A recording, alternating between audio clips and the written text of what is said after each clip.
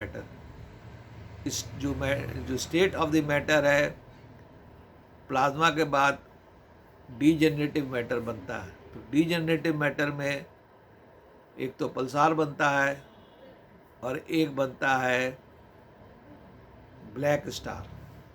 तो black star के अंदर जितना भी मैटर इसलिए बनाया गया है कि गैलेक्सी जब कोलाइड करती हैं तो उनका मैटर इंटरगैलेक्टिक स्टेज में स्पेस में ना फैले, तो वो उसको खा लेते हैं और खा के उनका साइज़ बड़ा हो जाता है। तो उसमें ट्रांसफॉर्मेशन ऑफ प्लाज्मा भी होता है। जो प्लाज्मा स्टार्स हैं सब न्यूट्रॉन स्टार में बदल जाते हैं, सब न्यूट्रॉन स्टार में बदल जाते हैं। तो पल्सार और ब्लैक स्टार, ये न्यूट्रॉन के दो फॉर्म हैं, पल्सार और ब्लैक स्टार, जिसको आप ब्लैक होल कहते हैं, ये न्यूट्रॉन स्टार ही है।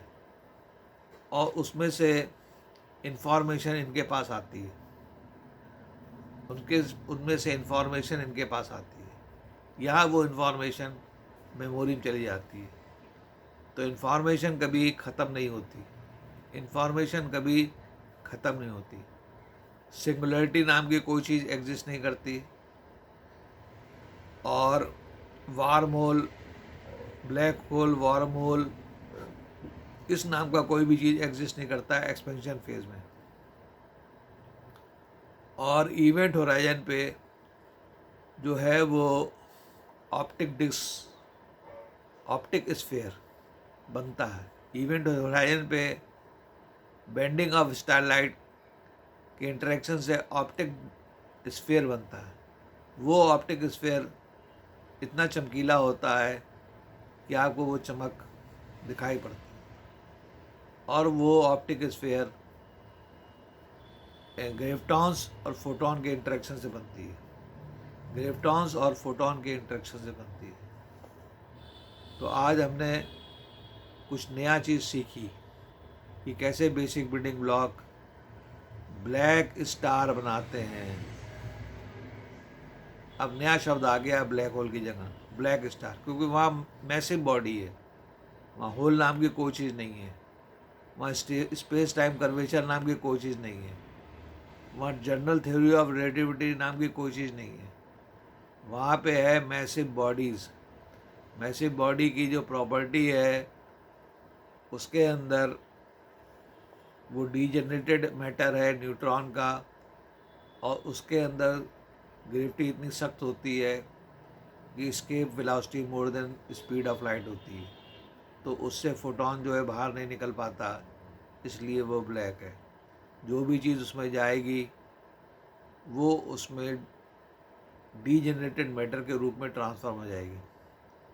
और जितना भी फोटॉन उसमें जाता है, तो फोटॉन जाता कहाँ है अंदर, तो इस पे हम आइए डिस्कस करते हैं। जो हमारी अर्थ है, अर्थ के ऊपर इतना बादलों का गरजना होता है हजारों साल से, और जितना भी चार्ज अर्थ पे गिरता है सब अर्थ जो है खा जाती है, अर्थ जो है वो सारा चार्ज खा जाती है। तो चार्ज जाता कहाँ है, हमारी अर्थ जो है वो चार्ज क्यों नहीं होती?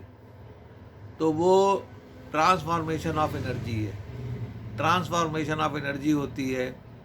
और जो एनर्जी चार्ज के रूप में अर्थ में आती है, जिसे हम अर्थ में डाल देते हैं, वो ट्रांसफॉर्म होके energy pool of the universe में चली जाती है। वो ट्रांसफॉर्म होके एटम के energy pool of the universe में चली जाती है। Energy pool of the universe graviton के अंदर, एनर्जाइज ग्रेविटॉन के अंदर एक पूल है, उसमें वो प्राइमरी बोसॉन के रूप में चली जाती है। जो ये चार्ज आता है ये सेकेंडरी बोसॉन है, ये ट्रांसफॉर्म होकर प्राइमरी बोसॉन में बनता है। तो जितना भी फोटॉन ब्लैक स्टार में जाता है वो सब उसमें एब्जॉर्ब हो जाता है, वह बाहर नहीं आ सकता। लेकिन इंफॉर्मेशन उसमें जो है बनी रहती है, इंफॉर्मेशन गायब नहीं होती है।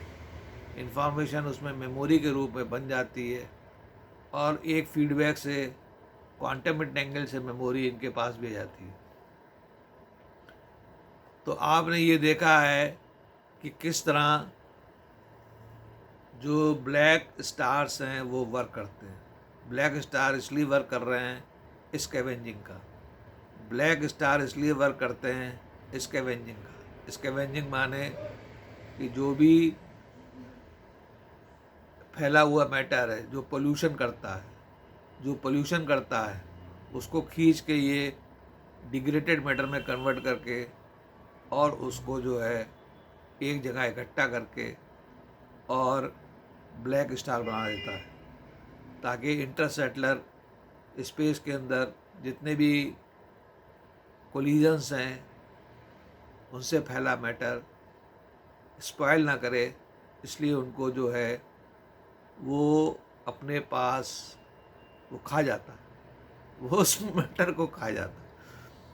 तो इसीलिए उसका काम जो है वो इंटरस्टेलर स्पेस की सफाई होती है। जब स्टार जो है उसकी डेथ होगी या गैलेक्सी की डेथ होती है कोलिजन में, या स्टार की डेथ होती है, बड़े बड़े स्टार, तो उनका मैटर इंटरस्टेलर स्पेस के अंदर फैले ना, इसलिए वो ब्लैक स्टार इन्होंने बनाए हैं। और वो स्कैवेंजिंग करते रहते हैं, घूम घूम के स्कैवेंजिंग करते रहते हैं, और यही से कल्याण होता है, इसी से ही कल्याण होता है।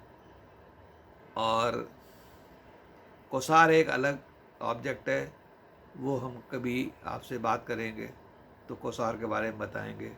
धन्यवाद।